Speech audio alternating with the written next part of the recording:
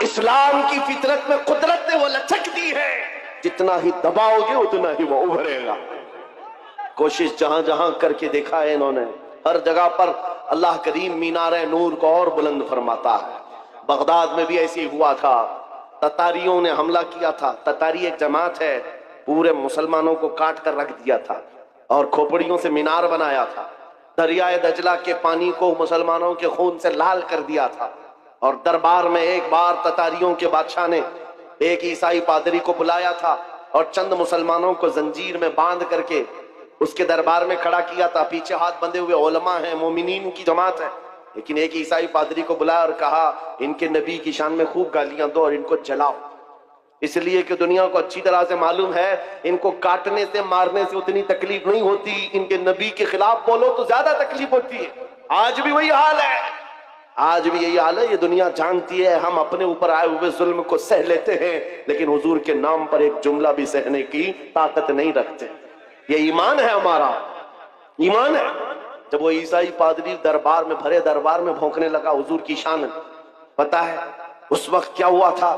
بادشاہ کا ایک پالا ہوا کتا جس کو سونے کی زنجیر سے بادشاہ باندھتا تھا، ٹرینڈ کتا ہے، آوارہ کتا نہیں، پالا ہوا، اور پالے ہوئے کتے ہر چیز جانتے ہیں۔ وہ کتا وہیں سے بھونکنے لگا پادری کے اوپر، اور لوگوں نے کہا پادری کو کہ چپ ہو جا، بادشاہ کا کتا ناراض ہو رہا ہے۔ پادری نے کہا میرے کلام میں، میرے بیان میں اس سے اس کا کیا تعلق ہے؟ کتا کیا سمجھ رہا ہے؟ کتا کیا سمجھے گا؟ پھر وہ حضور کی شان میں پادری بولنے لگا، کتا پھر بھونکنے لگا، پھر بھونکنے لگا۔ یہ بادشاہ کا کتا ہے، خواہ نہیں بھونکتا۔ پادری کسی کی نہیں سنا، پھر تیسری بار حضور کی شان میں گستاخیاں ہرزہ سرائی کرنے لگا۔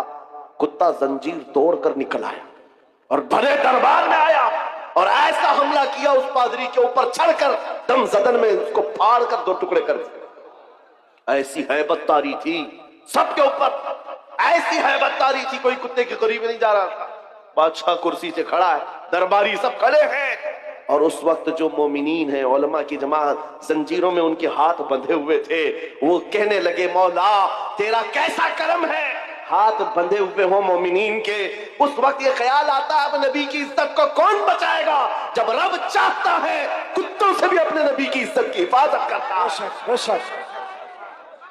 اور یہ عام کتا نہیں، امام ابن حجر عسقلانی لکھتے ہیں کہ اس کتے کی اس حرکت کی وجہ سے صرف ڈر نہیں بیٹھا تھا، اس دربار میں موجود 10,000 تتاریوں نے اسلام قبول کر لیا۔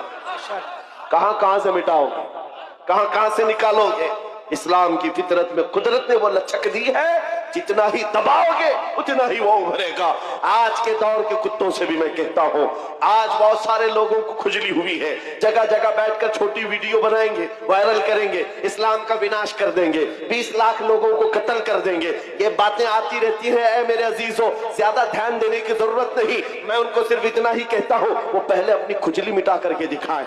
اسلام مٹانا بہت دور کی بات ہے، اسلام کسی چھوٹے پودے کا نام نہیں ہے، اس عظیم درخت کا نام ہے جس کی جڑیں تحت الثری میں ہے، اس کی شاخیں اوج ثریا پر ہیں۔ تم سے بڑے بڑے بھی آئے اور سڑے سڑے بھی آئے، چنگیز بھی آیا، ہلاکو بھی آیا، پتہ نہ جانے کتنے آئے، جن کے ڈکٹیٹرشپ کا حال یہ تھا 50 لاکھ لوگوں کے قاتل بھی ہمارے اوپر حکومت کر کے چلے گئے، اسلام کا پال باقا بھی نہیں کر سکے۔ آج بھی اسلام پھل رہا ہے، پھول رہا ہے، اور 5 سال کی نشیڑی حکومتیں اگر یہ سوچ لے کہ ہم اسلام کا خاتمہ کر دیں گے، وناش کر دیں گے، ایسا کبھی نہیں ہوگا۔ میرا رب فرماتا ہے یریدون لیطفئوا نور اللہ بافواہہم ویأبی اللہ الا ان یتم نورہ، لوگ یہ چاہتے ہیں اپنے منہ کے پھونکوں سے اسلام کا چراغ بجھا دے، اللہ اپنے چراغ کو مکمل کر کے رہے گا۔